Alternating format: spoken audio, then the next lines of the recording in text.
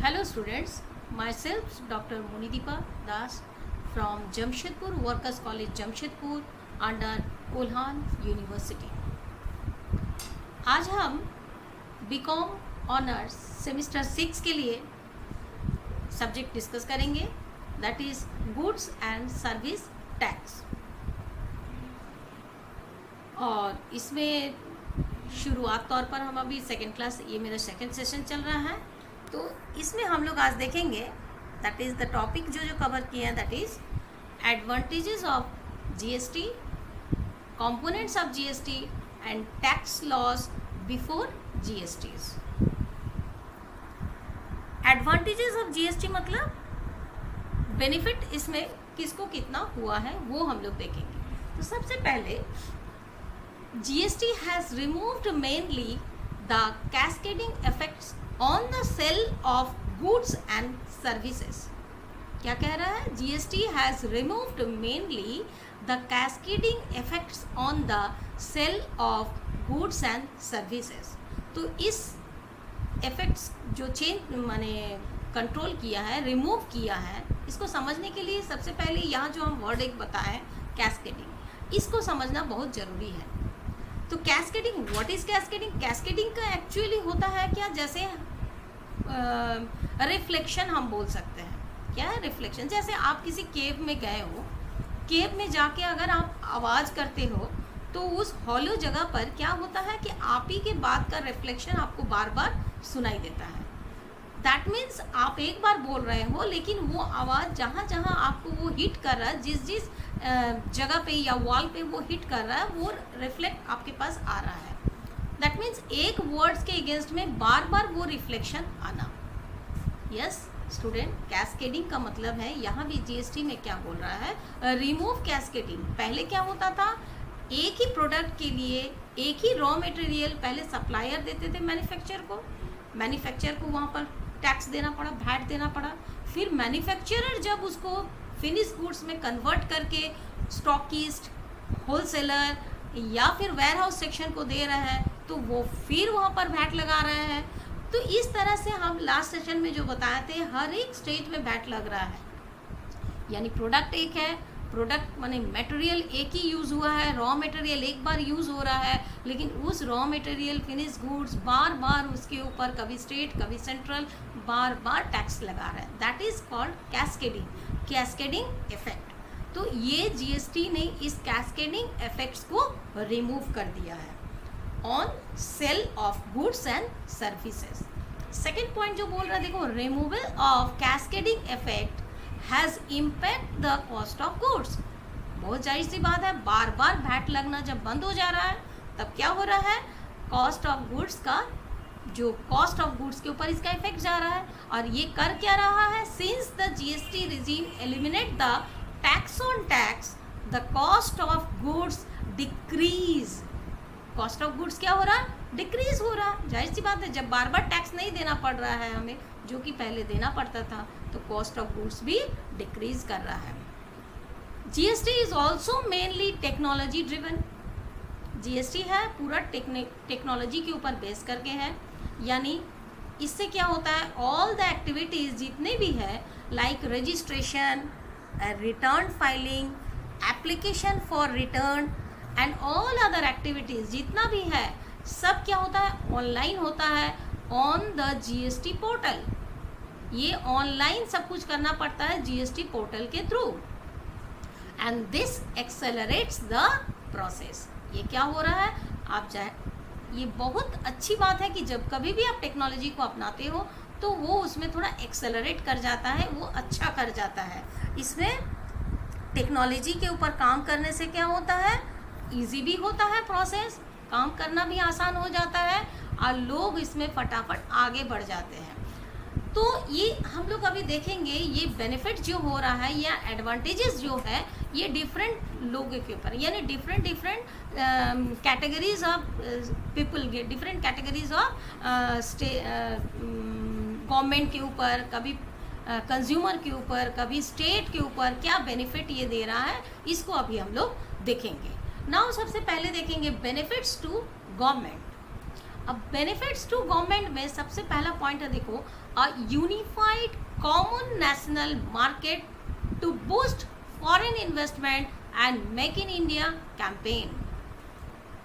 हम सभी जानते हैं मेक इन इंडिया कैंपेन कौन, मोदी जी ने चलाए हैं, हमारे जो पीएम है, पीएम सर ने ये जो मेक इन इंडिया कैंपेन चला है, उसी के लिए उन्होंने क्या किया, ये यूनिफाइड कॉमन नेशनल मार्केट दिया है, उसको बढ़ावा दिया है, कॉमन नेशनल मार्केट को बढ़ावा दिया है, किस लिए, फॉरेन इन्वेस्टमेंट के लिए, ताकि फॉरेन से इन्वेस्टमेंट और ज़्यादा से ज़्यादा हमारे इस इंडिया में हो। और मेक इन इंडिया एक जो स्लोगन है, मोदी जी ने इसको प्रोजेक्ट को चालू किए हैं, वो बहुत अच्छा से, ये कैंपेन बहुत अच्छा से और बहुत सक्सेसफुली चला भी है।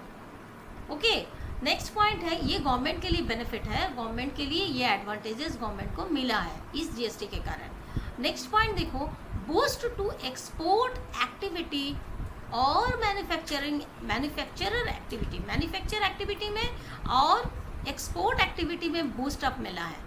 किस किस में मिला है, एक्सपोर्ट एक्टिविटी में एंड मैन्युफैक्चर एक्टिविटी में बूस्ट अप मिला है, to generate of more employment. पहले क्या होता था, पहले स्टूडेंट्स, पहले क्या होता था, मैन्युफैक्चरिंग कंपनी लेबर्स रखने में, ये सब रखने में, प्रोडक्शन यूनिट्स को एक्सप्लोर करने में सोचना पड़ता था, टैक्स के कारण बार बार वो अपना एक्सपैंड करने में, कंपनी को एक्सपैंड करने के लिए बहुत सोचते थे, क्योंकि टैक्स के कारण बहुत ज़्यादा टैक्स उन्हें देना पड़ता था। लेकिन अभी ये जीएसटी आ जाने से ये एक्सपोर्ट एक्टिविटी, बाहर में जो हम लोग सामान एक्सपोर्ट करते हैं उसके लिए, और मैन्युफैक्चरर को जो कि प्रोडक्शन यूनिट से जुड़े हुए हैं उनके लिए ये एम्प्लॉयमेंट जनरेट होने में ये बहुत हेल्पफुल हुआ है। थर्ड पॉइंट देखिए, बाय बूस्टिंग एक्सपोर्ट और manufacturing sector, by boosting export और manufacturing sector, it leading to reduce poverty.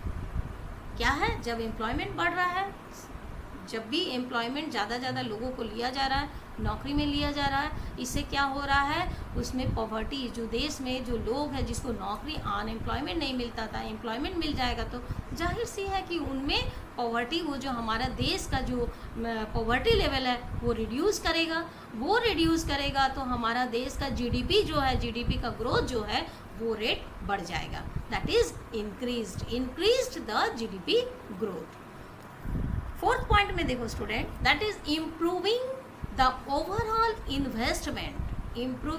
Overall investment climate in the country.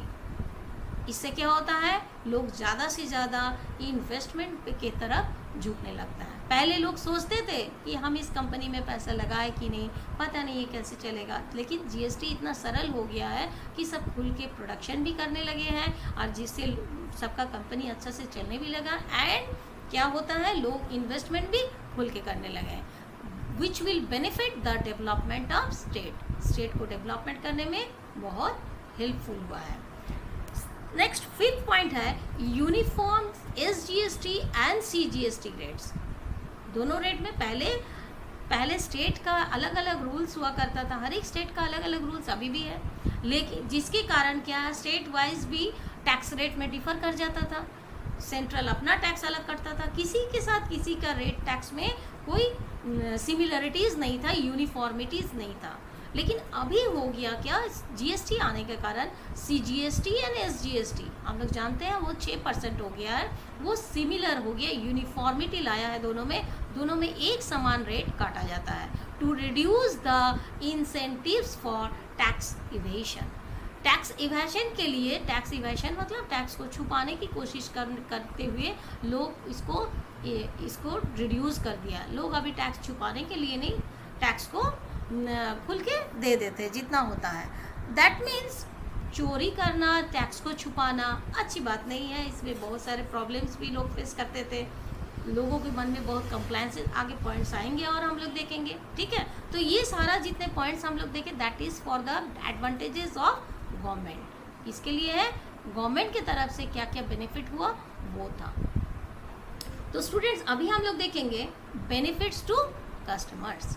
क्या देखेंगे, बेनिफिट्स टू कस्टमर्स, कस्टमर्स के लिए क्या क्या बेनिफिट हुआ है। नाउ सबसे पहला पॉइंट्स है सिमिलर टैक्स सिस्टम। क्या लिखे हैं? Similar tax system. Tax system क्या है? सिंपलियर टैक्स सिस्टम, बहुत इजी टैक्स सिस्टम कर दिया है। पहले बहुत झंझट था, जैसे डायरेक्ट टैक्स कोड में, अभी डायरेक्ट टैक्स कोड से भी ये अप्लाई करके सिंपलियर कर दिया इसको, ठीक है। नेक्स्ट है reduction in price of goods and services.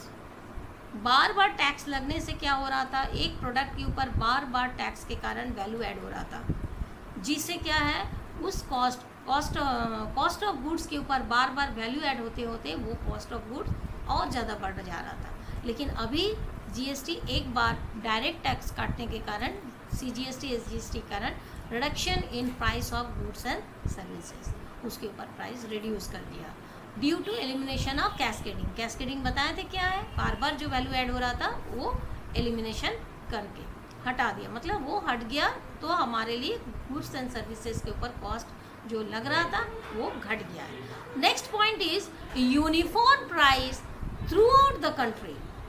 अभी क्या हुआ है, एक ही प्रोडक्ट यहाँ भी सेल, मतलब आप जहाँ रह रहे हो वहाँ भी सेल हो रहा है जितना प्राइस में, वही प्रोडक्ट आप अगर आपसे 800 किलोमीटर 1000 किलोमीटर दूर में भी जगह में लेने जाओगे तो सेम प्राइस में आपको मिलेगा। That is called uniform price throughout the country. The whole country में उस प्रोडक्ट का एक ही प्राइस आपको देना पड़ेगा। That is next point is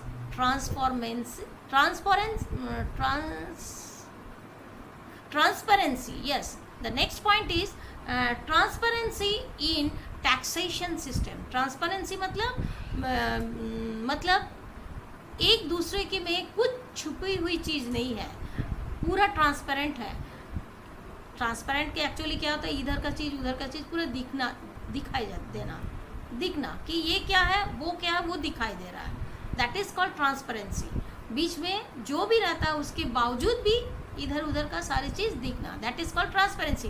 तो यहाँ ट्रांसपेरेंसी मतलब टैक्स सिस्टम एकदम क्लियर है, ट्रांसपेरेंट है, इसमें कोई छुपी हुई चीज़ नहीं है।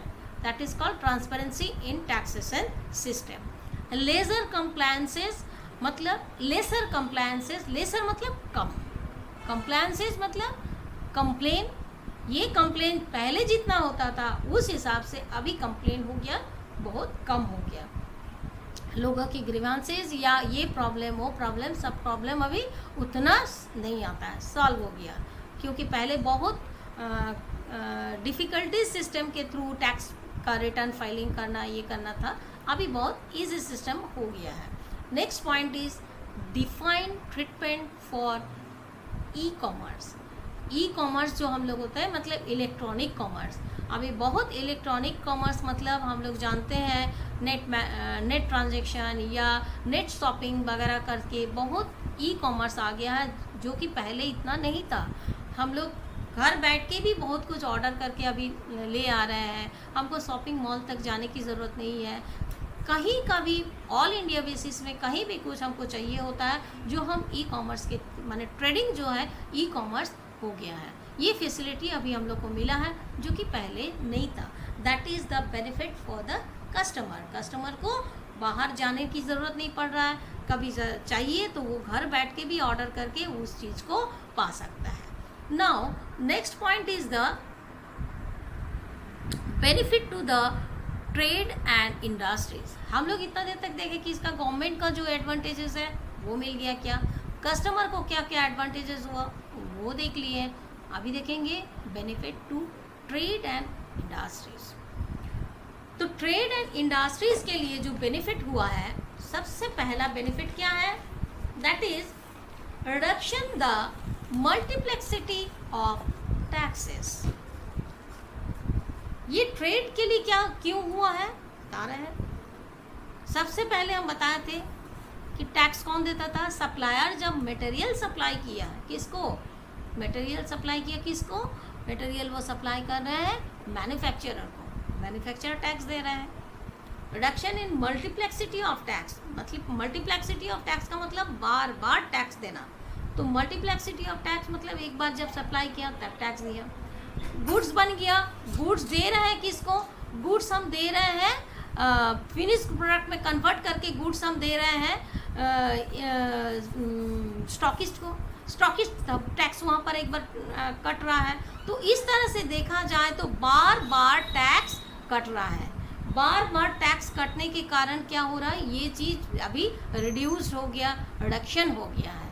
तो सेकंड पॉइंट क्या है, मिटिगेशन ऑफ कैस्केडिंग, यानी कि डबल टैक्सेशन।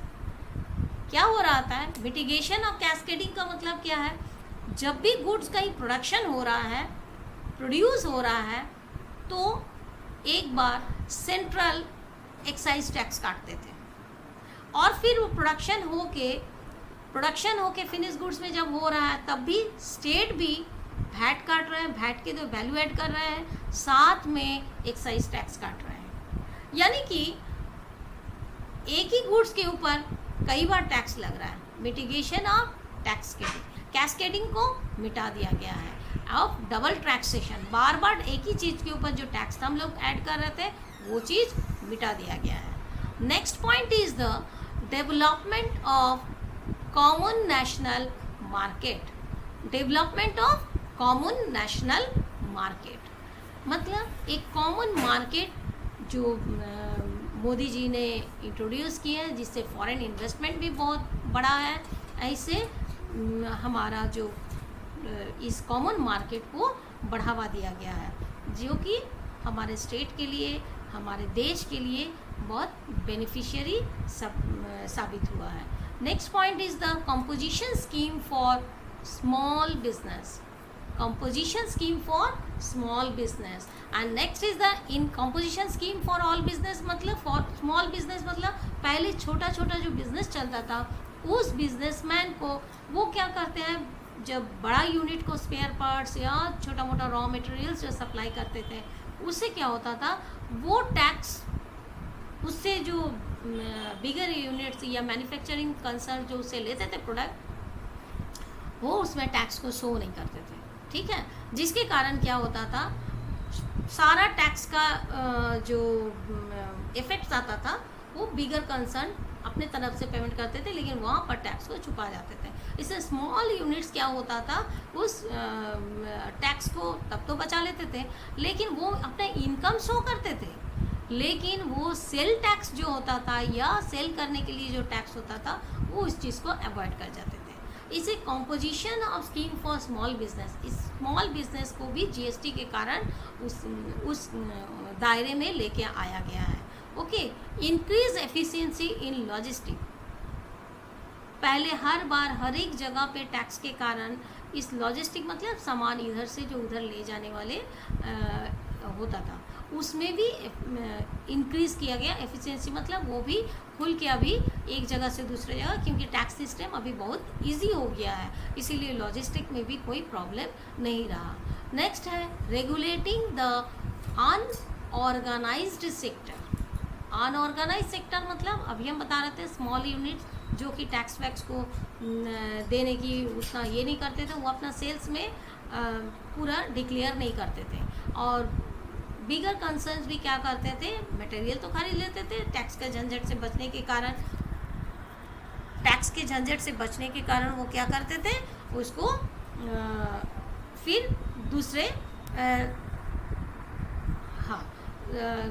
टैक्स को अवॉइड कर जाते थे।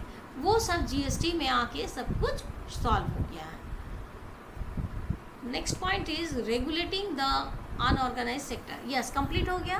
तो इसमें क्या हुआ, हम लोग देखें कि किस तरह से गवर्नमेंट को बेनिफिट हो रहा है, किस तरह से कंज्यूमर को बेनिफिट हो रहा है, एंड किस तरह से स्टेट एंड ट्रेड इंडस्ट्रीज़ को भी बेनिफिट हो रहा है। ठीक है, नेक्स्ट आ जाते हैं स्टूडेंट्स, अभी हम लोग देखेंगे कि component of GST. What are the component of GST? तो देयर आर 3 टैक्स एप्लीकेबल होता है अंडर दिस सिस्टम। 3 तरह का टैक्स एप्लीकेबल होता है। That is first is CGST. CGST क्या होता है? Central goods and service tax. Next second one क्या होता है? एसजीएसटी। दैट इज, इसे कहा जाता है एसजीएसटी, ये है state goods and service tax. उसके बाद आ जाता है IGST। IGST मतलब क्या हो जाता है? Integrated goods and service tax. तो सबसे पहले देखते हैं CGST। What is CGST? CGST है the tax collected by the government. Tax किसके द्वारा कलेक्ट हो रहा है? CGST मतलब सेंट्रल। तो टैक्स कलेक्ट होगा किसके द्वारा? गवर्नमेंट में, सेंट्रल गवर्नमेंट के द्वारा। सेंट्रल गवर्नमेंट टैक्स कलेक्ट करते हैं कब? जब intra state sale means transactions happening within the state. जब एक ही स्टेट के अंदर में गुड्स जो है सेल परचेज हो रहा है, तब सेंट्रल गवर्नमेंट टैक्स काट रहा है, उसे बोल रहे हैं CGST। क्लियर है स्टूडेंट? गुड्स का सेल परचेज कहाँ हो रहा? विद इन द स्टेट, और उसके ऊपर जो टैक्स सेंट्रल गवर्नमेंट काट रहे हैं उसे कहते हैं CGST। नेक्स्ट आ जाते हैं SGST। What is the meaning of SGST? SGST is state goods and service tax. तो ये भी है tax collected by the state government. SGST में स्टेट है तो स्टेट गवर्नमेंट कलेक्ट कर रहा है। कब कलेक्ट कर रहा है? On an intrastate. इंट्रास्टेट मतलब with in the state. With in the state जब सेल परचेज हो रहा है, उसमें जब स्टेट टैक्स काट रहा है उसे कहते हैं SGST, यानी state goods and service tax. यानी CGST एंड SGST एक सेंट्रल काट रहा है, एक स्टेट काट रहा है, लेकिन दोनों ही किसके ऊपर काट रहे हैं? जब इंट्रा स्टेट सेल परचेज हो रहा है, मतलब विद इन द स्टेट जब सेल परचेज हो रहा है, तब CGST और SGST काटा जा रहा है, टैक्स काटा जा रहा है। ओके, नेक्स्ट आ जाते हैं IGST। What is IGST? IGST means that is integrated goods and service tax. Integrated goods and service tax का मतलब क्या है? That tax is collected by the central government. Integrated goods and service tax में tax जो collected हो रहा है वो कौन कर रहा है? सेंट्रल गवर्नमेंट कर रहा है। और ये कब हो रहा है? For inter sale. वो इंट्रा स्टेट था, ये inter state sale, that means transactions happening within one state to another state. एक स्टेट से जब दूसरा स्टेट में सेल परचेज हो रहा है, यानी एक स्टेट सेल कर रहा है, दूसरा स्टेट परचेज कर रहा है, इन दैट टाइम जो ट्रांजेक्शन हो रहा है उस पर जो टैक्स हो रहा, दैट इज कलेक्टेड बाय कौन? Central government. Central government collect कर रहे हैं और वो इंटर स्टेट ट्रांजेक्शन हो रहा है। अभी हम आपको इस CGST, SGST एंड IGST को एक एक छोटा छोटा एग्जाम्पल देके समझा देंगे, तो आपके लिए ये और भी ज़्यादा क्लियर हो जाएगा। एग्जाम्पल देखिए, सबसे पहले दिखा रहा है इंटर स्टेट ट्रांजेक्शन के लिए एक example. Assume that assume that a dealer in Gujarat had sold the goods to a dealer in Punjab worth rupees 50,000. The tax rate is 18% comprising of only IGST. इसका मतलब क्या हुआ student? कि मान लिया जाए कि गुजरात के एक डीलर ने पंजाब के एक डीलर को सेल किया है 50,000 के गुड्स को। 50,000 कॉस्ट का कुछ गुड्स है जो कि गुजरात के डीलर पंजाब के डीलर को सेल किया है, जिसमें IGST लगेंगे। ये इंटर स्टेट ट्रांजेक्शन हो रहा है, इसलिए IGST का रेट है 18%। Very simple. इसमें क्या होगा? इसमें देखिए, in such case the dealer of Gujarat charge IGST। कौन काटेंगे? क्योंकि ये डायरेक्ट सेल हो रहा, कहाँ पर? गुजरात में सेल हो रहा, गुजरात से पंजाब में सेल हो रहा। तो गुजरात का जो डीलर है वो पंजाब के डीलर से टैक्स ले रहा है। कितना का ले रहा है? 50,000 के ऊपर टैक्स लेंगे, और ये हो जा रहा है आपका इंटीग्रेटेड टैक्स हो जा रहा है। वो 18% टैक्स रेट दिए हैं, तो 18% 50,000 के ऊपर काटने से क्या हो जाएगा? 9,000। एंड दिस रेवेन्यू, ये जो कलेक्ट हुआ टैक्स रेवेन्यू कलेक्ट हो गया, this will go to the central government. बताए थे कि IGST जो कलेक्ट होता है that is collected by the central government. तो जो भी यहाँ रेवेन्यू चार्ज किया जा रहा है और ये चार्ज का डायरेक्ट अगेंस्ट किसके अगेंस्ट में जाए, किसके पास जाएगा, that is central government. Next एक एग्जांपल देखिए, that is interest rate transactions. Interest rate transaction में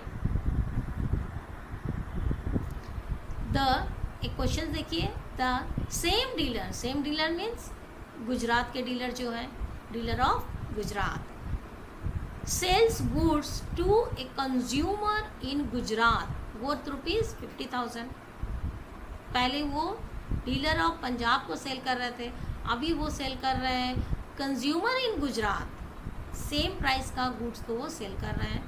the GST rate on the goods is 12%. This rate comprises of CGST at 6% and SGST at 6%. 12% total tax काटा जा रहा है, जिसमें CGST 6% है and SGST 6% है। अब इसमें देखिए, in such cases the dealer of Gujarat collect GST from the consumer से कितना GST वो कलेक्ट करेगा, दैट इज 12%। 12% वो कलेक्ट किया, यानी 50,000 के ऊपर 12% जब कलेक्ट कर रहा है, दैट इज 6,000। और 6,000 ये अभी दोनों के पास जाएगा, 6% करके दोनों के पास जाएगा। एक तो सेंट्रल के पास जाएगा और सेंट्रल के पास जाएगा, और दूसरा जाएगा स्टेट के पास। सेंट्रल के पास जाएगा, that is central goods and service tax के रूप में 6% जाएगा, एंड स्टेट के पास जाएगा state goods and service tax के रूप में 6%, यानी 3,000 एंड 3,000। इस तरह से टैक्स रेवेन्यू जो है पहले 18% था, IGST डायरेक्ट सेंट्रल के पास गया, लेकिन इसमें जब CGST एंड SGST जब इंटरस्टेट हो रहा है तब CGST SGST आ रहा, जब इंटरस्टेट हो रहा है तब integrated goods and service tax आ रहा है। तो स्टूडेंट, ये आई होप कि आपको थोड़ा सा तो कॉन्सेप्ट इसमें क्लियर हुआ ही है। आगे जैसे जैसे हम एक्सप्लेन करेंगे उसमें और भी इस तरह से छोटे छोटे एग्जाम्पल हम आपको बताते रहेंगे। ओके, नाउ हम लोग लास्ट पॉइंट में आ गए, that is tax laws before GST। क्या दिए है, टैक्स लॉस बिफोर GST। मतलब बिफोर GST मतलब GST आने से पहले टैक्स लॉस किस तरह से काम करते थे। GST आने से पहले जो टैक्स लॉस काम करते थे, in the earlier indirect tax regime, there were many indirect taxes levied by both and state and center। पहले क्या होता था, इनडायरेक्ट टैक्स के रूप में state and centre different indirect taxes के अगेंस्ट में टैक्स लेविट करते थे, वो मतलब टैक्स कलेक्ट करते थे। State mainly collected these taxes in the form of value added tax. State जो काटते थे वो वैट होता था, हम लोग सब जानते हैं। जब प्रोडक्शन हो रहा है, सप्लायर से ले रहा है, वैट काट रहा है, सप्लायर स्टॉकिस्ट को दे रहा है, वैट काट रहा है, सब वैल्यू एडेड टैक्स काट रहा है। यानी कि state mainly collected tax in the form of VAT. ठीक है, वो वैट काट रहा है, वैट के साथ साथ वो एक्साइज ड्यूटी भी काटते हैं, लेकिन मेनली जो है वैट तो काट ही रहे हैं। एंड एवरी स्टेट का क्या होता है, रूल्स एंड रेगुलेशन डिफरेंट होता था, और रूल्स एंड रेगुलेशन डिफरेंट होने के कारण टैक्स रेट में भी डिफर आ जाता था। ठीक है, तो inter state sales of goods was taxed by the centre. Inter state में जब होता था गुड्स तब भी सेंटर ही काटते थे, लेकिन वो काटते थे CST यानी सेंट्रल स्टेट टैक्स। CST बोला जाता था उसको, क्या है, central state tax, applicable in case of inter state sale of goods. पहले क्या होता था बताए, जब इंटर स्टेट हो रहा है यानी विद इन द स्टेट हो रहा तब वैट काटा जा रहा था, स्टेट वैट कर रहे थे, डिडक्ट माने चार्ज करते थे, और सेंट्रल एक्साइज ड्यूटी भी काटते थे। और अभी जब इंटर स्टेट हो रहा है, इंटर स्टेट में सेंट्रल काट रहा है टैक्स।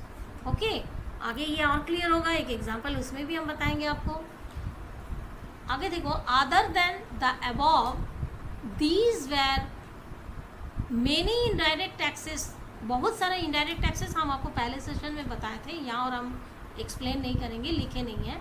बहुत सारे इनडायरेक्ट टैक्सेस को लास्ट सेशन वाला आप अगर देखोगे तो उसमें हम ढेर सारे इनडायरेक्ट टैक्सेस लिखे हैं, तो लाइक एंटरटेनमेंट टैक्स एक्सेट्रा बहुत सारे टैक्स है, and that was levied by state and centre. जितने भी इनडायरेक्ट टैक्सेस था उस पर टैक्स कलेक्ट कौन करता था? Central and state. And this lead to a lot of overlapping of tax levied. Overlapping क्यों हो रहा है? क्योंकि स्टेट एंड सेंट्रल तो काट रहे हैं, एक बार स्टेट काट रहा है फिर सेंट्रल काट रहा है, और हर एक स्टेज में जब जब ट्रांजेक्शन हो रहा है तब तब काट रहा है। हम पहले ही बताए थे जीएसटी क्या कर रहा है? लास्ट कंज्यूमर तक काट रहा है, लेकिन ये क्या कर रहा है? बार बार हर एक स्टेज में वो टैक्स काट रहा है, कभी स्टेट काट रहा है कभी सेंट्रल काट रहा है, और स्टेट और सेंट्रल दोनों ही काटते जा रहे हैं हर एक स्टेज में। तो ये ओवरलैपिंग सिस्टम एक होता था जो कि बहुत ही समझने में सबको दिक्कत होता था और कॉस्ट को भी बढ़ा देता था। हम लोग देखें आगे का पॉइंट में एग्जाम्पल क्या दे रहा है, देखो, when goods were manufactured and sold, जब भी गुड्स मैन्युफैक्चर हो रहा सोल्ड हो रहा, excise duties was charged by the centre से चार्ज हो रहा है, यानी सेंट्रल गवर्नमेंट से चार्ज हो रहा। Over and above excise duty and VAT was also charge by the state. क्या हो रहा है? जब भी कहीं मैन्युफैक्चरिंग कुछ हो रहा है, गुड्स मैन्युफैक्चर हो रहा है या फिर सेल हो रहा है, उसमें सेंट्रल भी काट रहे हैं अभी जैसे बताए थे, और साथ में स्टेट भी एक्साइज ड्यूटी एंड वैट काट रहा है। This leads to a tax on tax also known as the cascading effects of taxes. Cascading इसी को बोला जा रहा है, टैक्स ऑन टैक्स, टैक्स के ऊपर फिर टैक्स लग रहा है, क्योंकि एक बार जब उसमें टैक्स हम जोड़ रहे हैं फिर वो कुछ उसमें प्रोसेसिंग हो रहा, फिर उसमें टैक्स जोड़ रहा है, तो एक बार कॉस्ट के ऊपर टैक्स जोड़ के जो कॉस्ट आया फिर उस टोटल कॉस्ट के ऊपर फिर टैक्स जोड़ रहा है, फिर ये जो टैक्स जोड़ जा रहा फिर उसके ऊपर टैक्स हो रहा, तो टैक्स ऑन टैक्स हो जा रहा, जिससे कि कॉस्ट भी बढ़ जा रहा, ये सही भी नहीं था। तो इसी को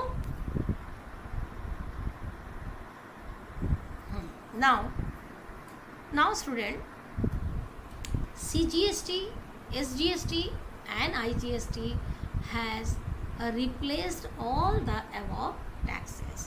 वो क्या किया? ये जो इस तरह से बार बार टैक्स काटा जा रहा था उसको रिप्लेस कर दिया है और एकदम क्लियर कट एक टैक्स सिस्टम को लेके आया है। अब देखो स्टूडेंट्स, अब कुछ और एक्सेप्शनल पॉइंट्स देखिए यहाँ पर।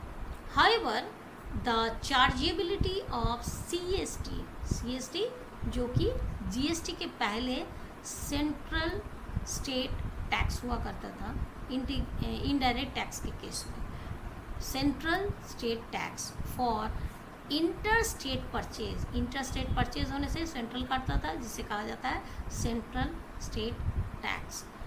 Inter state purchase of A concessional rate of 2% by issue and utilization of e-form is still prevalent for certain non-GST goods। समझ में आया क्या बोले? देखो हम बताते हैं, that is कुछ non-GST goods ऐसा है, कुछ non-GST ऐसा goods है जिसके ऊपर GST लागू नहीं होता है, इसलिए उसे non-GST बोला जा रहा है। ऐसे कुछ अभी भी गुड्स है जिसके ऊपर GST लागू नहीं हो रहा, तो GST लागू नहीं हो रहा, इसका मतलब क्या उसको टैक्स देना ही नहीं है? नहीं, टैक्स लगेगा। उसमें कौन सा टैक्स लगेगा? GST के पहले जो CST था यानी सेंट्रल स्टेट टैक्स का, वो रूल्स यहाँ पर अप्लाई होगा। अब वो रूल्स जो अप्लाई होगा उन नॉन GST गुड्स के लिए कंसेशनल रेट है 2%, मतलब 2% का कंसेशन उसे दिया जाएगा। कब? अब पहले तो देखेंगे किस किस नॉन GST गुड्स है जिसके ऊपर ये 2% का कंसेशनल रेट हो रहा, उसके बाद हम लोग देखेंगे किस बात के लिए, यानी कौन सा ट्रांजेक्शन के लिए और क्यों दिया जा रहा है उसको। ठीक है, तो सबसे पहले देखेंगे नॉन GST गुड्स कौन कौन सा है। सबसे पहला है पेट्रोलियम क्रूड ऑयल, नेक्स्ट है हाई स्पीड डीजल, थर्ड है मोटो स्पिरिट यानी कि commonly known as a petrol वगैरह के लिए, natural gas, aviation turbine fuel. Next है अल्कोहलिक लिक्विड। यानी क्या आपको क्या लग रहा है, ये सब गुड्स के ऊपर टैक्स देना नहीं है? देना है, उसमें खाली 2% का कंसेशन मिल रहा है। और टैक्स का जो रूल्स लग रहा है वो जीएसटी का नहीं लग रहा है, पहले का जो जीएसटी बिफोर जीएसटी जो रूल्स था वो लग रहा है, उसमें भी 2% का कंसेशन लग रहा है। अब किस बात के लिए कंसेशन लग रहा है वो देख लेते हैं। In respect of the following transaction, आगे ये ट्रांजेक्शन होगा तभी जाके ऊपर के जो इतने अबव में हम जो आपको बताए हैं आइटम्स, उसके ऊपर 2% कंसेशन मिलेगा। किस बात के लिए मिलेगा? रीसेल के लिए। सबसे पहला पॉइंट है कब ट्रांजेक्शन, जब रीसेल होगा, मतलब फर्स्ट सेल में नहीं, सेकेंड टाइम जो वो रीसेल किसी कारण से सेकेंड हैंड सेल हो रहा है या कुछ हो रहा है तब उसको मिलेगा। ठीक है। नेक्स्ट है यूज इन मैन्युफैक्चरिंग और प्रोसेसिंग। एक बार सेल होके आने के बाद उसमें जब कुछ मैन्युफैक्चरिंग या प्रोसेसिंग कर रहे हैं तब किसमें, डीजल में, क्रूड ऑयल में, पेट्रोल में, नेचुरल गैस में, वो फिर जब रीप्रोसेसिंग कुछ कर रहे हैं तब उसको 2% कंसेशन मिल रहा है। नेक्स्ट है use in the telecommunication network और इन माइनिंग और इन द जनरेशन और डिस्ट्रीब्यूशन ऑफ इलेक्ट्रिसिटी और एनी अदर पावर। उसका यूज़ कहाँ पर हो रहा है? ये ऊपर का जो अबव जो गुड्स बताया गया है ये यूज़ किस लिए हो रहा है? टेलीकम्युनिकेशन सेक्टर के लिए या माइनिंग के लिए या जनरेशन और डिस्ट्रीब्यूशन ऑफ इलेक्ट्रिसिटी के लिए और वाटर के लिए। किस किस के लिए? टेलीकम्युनिकेशन नेटवर्किंग के लिए या माइनिंग के लिए या जनरेशन एंड डिस्ट्रीब्यूशन, जनरेशन और डिस्ट्रीब्यूशन ऑफ इलेक्ट्रिसिटी और एनी अदर पावर सेक्टर के लिए। एनी अदर पावर सेक्टर के लिए, इलेक्ट्रिसिटी के लिए, जब डिस्ट्रीब्यूशन जनरेशन के लिए अबव गुड्स का यूज़ हो रहा है, इन दैट टाइम भी 2% कंसेशन लगेगा। तो स्टूडेंट्स आपको समझ में आया हम क्या बोले हैं कि नॉन जीएसटी गुड्स के ऊपर जो 2% कंसेशनल रेट लग रहा है और वो भी जीएसटी का रूल्स नहीं, बिफोर जीएसटी का जो रूल लग रहा है उसके लिए इसका कितने कौन कौन से किस ट्रांजेक्शन के लिए उसको ये कंसेशन दिया जा रहा है। तो स्टूडेंट्स आज हम लोग देखे, एग्जाम्पल के साथ देखे हैं और इस तरह से और भी छोटा छोटा एग्जाम्पल के साथ हम नेक्स्ट सेशन में लेके आएंगे ताकि जीएसटी का कॉन्सेप्ट आपको क्लियर हो जाए। Okay, till then student, bye bye.